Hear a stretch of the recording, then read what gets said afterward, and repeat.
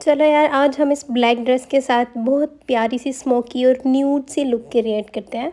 और मैं पहले ही बता देती हूँ कि मैंने इसके साथ रेड लिपस्टिक कैरी क्यों नहीं की, क्योंकि इसका दुपट्टा ऑलरेडी रेड था और अगर मैं रेड लिपस्टिक लगाती तो बहुत बुरी लगती। चलो जी, मैंने स्किन प्रेप कर ली है। अब हम प्राइमर लगाते हैं, जो कि हमारा सबसे फर्स्ट स्टेप होता है। मैं बिल्कुल थोड़ी सी अमाउंट लेती हूँ और इसको मैं अपने टी जोन एरिया पे मोस्टली लगाती हूँ और फिर जो लेफ्ट ओवर होता है उसको पूरे फेस पे स्प्रेड कर देती हूँ। यहाँ पे हम प्राइमर लगाने के बाद 2 मिनट का रेस्ट देंगे और मैं आप लोगों को दिखाने की कोशिश कर रही थी कि मेरी एक आई के अंडर क्रीजिंग कितनी ज़्यादा हो रही है। एनीवेज, यहाँ पे मैं अपनी शेड से एक शेड डार्क कर फाउंडेशन यूज़ कर रही हूँ। मेरे पास मेबेलिन है, आप कोई भी फाउंडेशन यूज़ कर सकते हैं जो भी आपको सूट करता है। फाउंडेशन की जो फर्स्ट लेयर होती है ना, उसको मैं अपने पिगमेंटेड एरियाज़ पे लगाती हूँ, क्योंकि और इसके अलावा जो भी मेरी अंडर आइज़ के नीचे जितने भी डार्क सर्कल्स हैं उनको हाइड कर देती हूँ अच्छे तरीके से। अच्छा, अब यहाँ पे ट्रिक ये है कि आपने जो फर्स्ट लेयर लगानी है ना, इसको बहुत अच्छे तरीके से ब्लेंड कर लेना है, ताकि आप जब दूसरी लेयर फाउंडेशन की लगाओ तो वो बिल्कुल भी ख़राब नहीं हो। यहाँ मैंने मिस रोज़ का फाउंडेशन लिया और इसको मैं अपने फेस पे और नेक पे डॉट डॉट कर दूँगी। मोस्टली मैं अपनी नेक को स्किप कर देती होती हूँ, क्योंकि मेरी नेक का कलर जो मेरे फेस से थोड़ा सा ज़्यादा फेयर है। तो लेकिन आज मैं दावत पे जा रही हूँ तो इसलिए मैं अपने पूरे फेस और नेक को कवर करूँगी।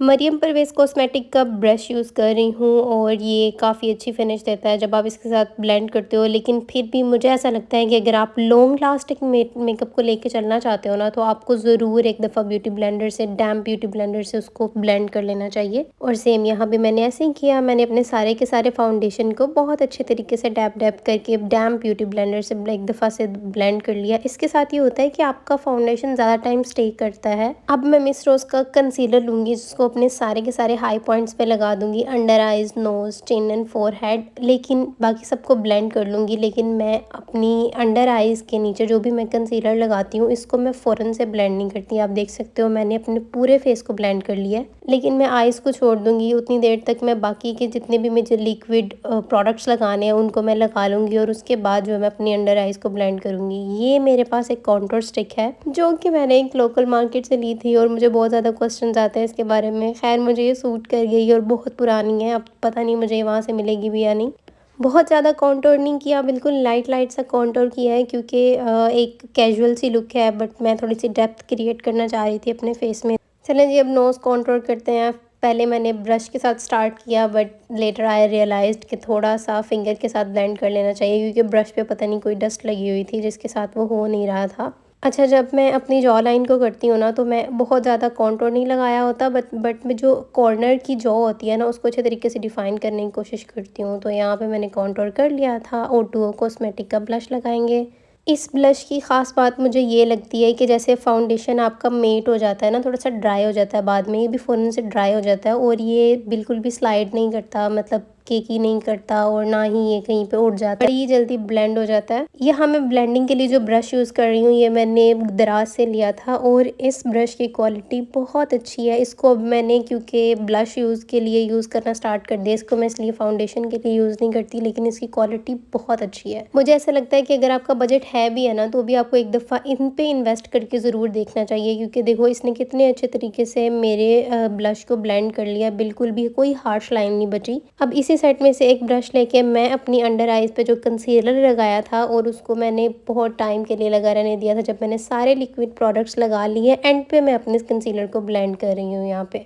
और ना, आपने भी ऐसे ही करना है, अदरवाइज़ आपको क्रीजिंग होनी शुरू हो जाएगी। कंसीलर जो है आपका अपनी जगह से हिल जाएगा। लेकिन अगर आप इसके साथ जब ब्लेंड करते हैं ना, तो आपका कंसीलर, एक तो अगर आप ब्यूटी ब्लेंडर यूज़ करते हो ना, तो वो काफ़ी ज़्यादा उसके अंदर चला जाता है, लेकिन ब्रश के साथ बड़ी अच्छी फिनिश आती है। यहाँ पे मिस रोज़ का ही मैं कॉम्पैक्ट पाउडर यूज़ कर रही हूँ, ये काफ़ी अच्छा है। कुछ टाइम से ये आउट ऑफ स्टॉक हुआ था, लेकिन दोबारा से मुझे लगता है कि दराज पे भी अवेलेबल है। और खैर, मैंने अपने पूरे फेस को अच्छे तरीके से सेट कर लिया है। यार, जब भी आप फेस सेट करो ना, उसको प्रेस किया करो, स्वाइप नहीं किया करो, सॉरी, वाइपिंग मोशन में मत इसको ब्लेंड किया करो। खैर, यहाँ पे अब मैं अपनी आई मेकअप स्टार्ट करने लगी हूँ। पे मैं एक ट्रांजिशन शेड ले रही हूँ और उसको मैं अपनी आइज़ के अच्छे तरीके से अपनी आइज़ के अंदर लगा दूँगी, थोड़ी सी डेप्थ क्रिएट करने के लिए, क्योंकि यार मेरी ना हुडीड आइज़ है और हुडीड आइज़ पे बिल्कुल भी अच्छा नहीं लगता। यहाँ पे बस मैं एक डेप्थ क्रिएट करने के लिए इस ऑरेंज कलर को यूज़ कर रही हूँ और इसके बाद हल्का सा मैं थोड़ा सा ब्राउन कलर यूज़ करूँगी, ताकि थोड़ा सा और डिफ़ाइन हो जाए मेरे आइज़ का कॉर्नर।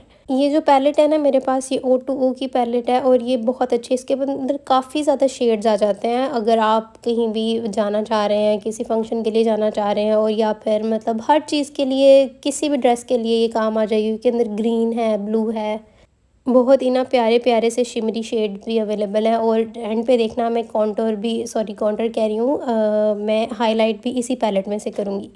बस मज़ीद कुछ नहीं करेंगे, अब बस मैं अपनी आइज़ के अंदर काजल लगाऊंगी। मेरे पास मेबेलिन की ये टैटू पेंसिल है, और लेकिन इसके रिप्लेसमेंट पे जो मैं नेक्स्ट बाय करूँगी वो ग्लो ब्यूटी की होगी, तो मुझे लगता है आपको भी एक दफ़ा ज़रूर ट्राई करनी चाहिए। मेरी आइज़ आजकल मुझे बहुत तंग कर रही हैं, बहुत इरिटेटेड हुई हैं, इसलिए मुझे बहुत मुश्किल हो रही थी काजल लगाने में, लेकिन एट द एंड मैंने लगा ही लिया, क्योंकि मुझे इस लुक के साथ काजल ही पहनना था। चलो अब जल्दी से मस्कारा लगा के अपनी आई लुक को कंप्लीट करते हैं, क्योंकि उसके बगैर तो बिल्कुल कंप्लीट नहीं होती। यहाँ मैं बॉब का मस्कारा यूज़ कर रही हूँ, और आप लोग जानते हैं मुझे बॉब का मस्कारा बहुत पसंद है, और ये कोई ओरिजिनल बॉब का मस्कारा नहीं है, ये मैंने दराज से लिया था।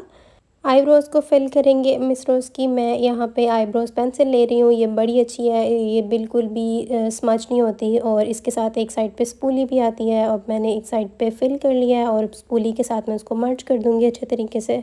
यार ये अच्छे तरीके से ये वर्ड मैं कितना ज़्यादा यूज़ करती हूँ वॉइस ओवर करते हुए, मुझे अभी रियलाइज़ हो रहा है, और मैं इसको ओवरकम ही नहीं कर पा रही। खैर, यहाँ हमारी आई लुक कंप्लीट हो गई है। अब इसी पैलेट के अंदर से मैंने एक शैम्पेन शेड लेके अपने हाइलाइट पॉइंट्स पे लगाया। मुझे बहुत ज़्यादा हाइलाइटर नहीं चाहिए था, लेकिन थोड़ा थोड़ा जो है ना, हाइलाइटर के बगैर बिल्कुल ही मरी हुई लुक लगती है। पता नहीं क्यों लाइटिंग की वजह से इतना पता नहीं चल रहा, लेकिन बहुत अच्छे तरीके से हाईलाइट हो गया था। अब मैं इसी में से एक शेड लूँगी, शैम्पेन शेड लूँगी, और उसको अपने आई कॉर्नर पे लगा दूँगी। इसके साथ ना आंखें थोड़ी बड़ी बड़ी और खुली खुली सी लगती हैं। लिपस्टिक के बगैर पता ही नहीं चलता कि लुक कैसी बनी है। चलो अब जल्दी से लिपस्टिक लगाते हैं। अब यहाँ पे जो मैं लिप लाइनर यूज़ कर रही हूँ ना, ये मुझे बहुत ज़्यादा तंग कर रही थी, क्योंकि मुझे पता ही नहीं चल रहा था लग रही है या नहीं लग रही। ये डार्क ब्राउन कलर नहीं है, ये ना मरून सा कलर है। मुझे ये कलर बहुत पसंद है, इसलिए मैं ये वाली लिप लाइनर यूज़ कर रही हूँ। ऑल्सो ये रेडिश ब्राउन नहीं है, अब ब्राउन के अंदर थोड़ी सी मरून टोन है इसके अंदर। बड़े ही कोई ध्यान से मैंने अपने लिप्स को लाइन किया है, क्योंकि मुझे लगता है ना कि जितनी अच्छी आपकी लिपस्टिक लगी होती है ना, उतनी ही अच्छी आपकी लुक आती है। और बाकी सारी की सारी फिनिश और सब चीज़ें तो एक तरफ, लेकिन लिपस्टिक की लुक एक तरफ। प्लस मैंने ना थोड़ा से ओवरलाइन किए हैं लिप्स, और मैंने यहाँ पे शेड 22 यूज़ किया है क्रिस्टाइन का। और बाद में जब मैं अपने बाल बना रही थी, तो मुझे रियलाइज़ हुआ कि मुझे ना थोड़ा सा टिंट ऐड करना चाहिए, तो बाद में मैंने फाइनल लुक से पहले थोड़ा सा टिंट भी ऐड कर लिया था, लेकिन उसको मैं रिकॉर्ड नहीं कर पाई। खैर, अब मैं जल्दी से अपने बालों को सेट करती हूँ, और फिर आपको प्रॉपर फुल लुक दिखाती हूँ। एक चीज़ तो रह गई, जो कि मेरा पाउडर ब्लश है, जो कि मैं लास्ट में लगाती हूँ जब मैं अपनी पूरी लुक कंप्लीट कर लेती हूँ, क्योंकि इस तरह से आपका ब्लश बिल्कुल उड़ नहीं जाता जब आप कहीं पे जाते हो या तैयार होते हो, या सारे दिन में येलोइश नहीं लगते। And here is the final look. ये मैंने अपनी बहन के चुराए हुए इयररिंग्स भी पहन लिए थे, और वॉच मैंने दराज से मंगवाई। यार मुझे ज़रूर बताना आप लोगों को ये लुक कैसी लगी। ये जो मैंने ड्रेस पहना है, ये मैंने मिंत्रा से लिया था। ऑलमोस्ट 1 साल हो गया, और अभी भी ये बहुत अच्छा लगता है। आप बस यहाँ हमारी लुक और वीडियो कंप्लीट होती है। सो अगर आपको अच्छी लगी हो तो do like. Thank you, bye bye.